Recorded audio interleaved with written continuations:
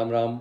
आज हम बात करते हैं कौन सा ग्रह किस कार्य की तरफ आपका झुकाव देता है, यानी उस तरफ आपका मन बनाता है कि आप कौन सा कार्य करेंगे। जैसे सूर्य है, सूर्य क्या है? सरकार है।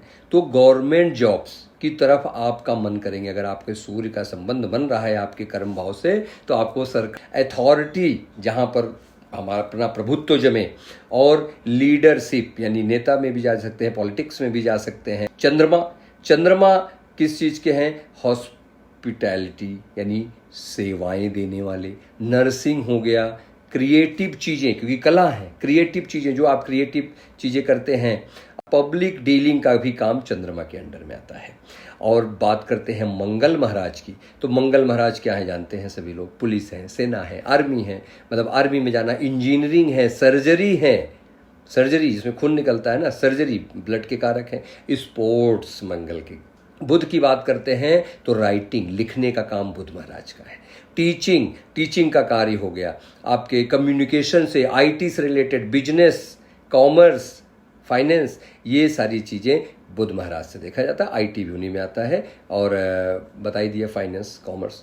गुरु की बात करते हैं तो एजुकेशन से संबंधित आता है, रिलीजन से संबंधित आता है, धर्म से संबंधित, लॉ से संबंधित, यानी कि आप लॉ से संबंधित, और कंसल्टिंग और फाइनेंस से संबंधित, इस तरफ आपका झुकाव ज़्यादा रहेगा।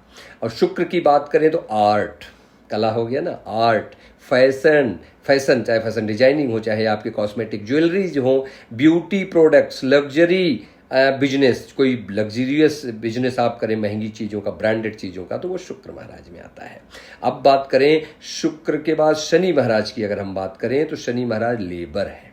लेबर से संबंधित कोई कार्य आप करें तो ठीक है। इंजीनियरिंग, इंजीनियरिंग और आपके मशीनरी, मैकेनिकल इंजीनियर इसमें लगभग आते हैं, मशीनरी से संबंधित, एडमिनिस्ट्रेटिव क्वालिटी और आपका डिसिप्लिन, ये सब शनि महाराज के अंडर में आता है। अब बात करते हैं राहु महाराज की। राहु क्या है? टेक्नोलॉजी है, फॉरेन है। अगर आप विदेश जाने का मन करता है, विदेश में ही काम करूंगा, तो वही है फॉरेन वर्क, कोई विदेश से संबंधित, आईटी, रिसर्च, और आपके ये सारी चीज़ें जो आती हैं राहु महाराज में आएंगी। अब केतु की बात करूं तो स्पिरिचुअलिटी, स्पिरिचुअलिटी इसमें आता है, रिसर्च आता है, अकल्ट आता है, डिटैचमेंट बेस्ड कोई प्रोफेशन आपका हो तो वो केतु के अंदर आता है।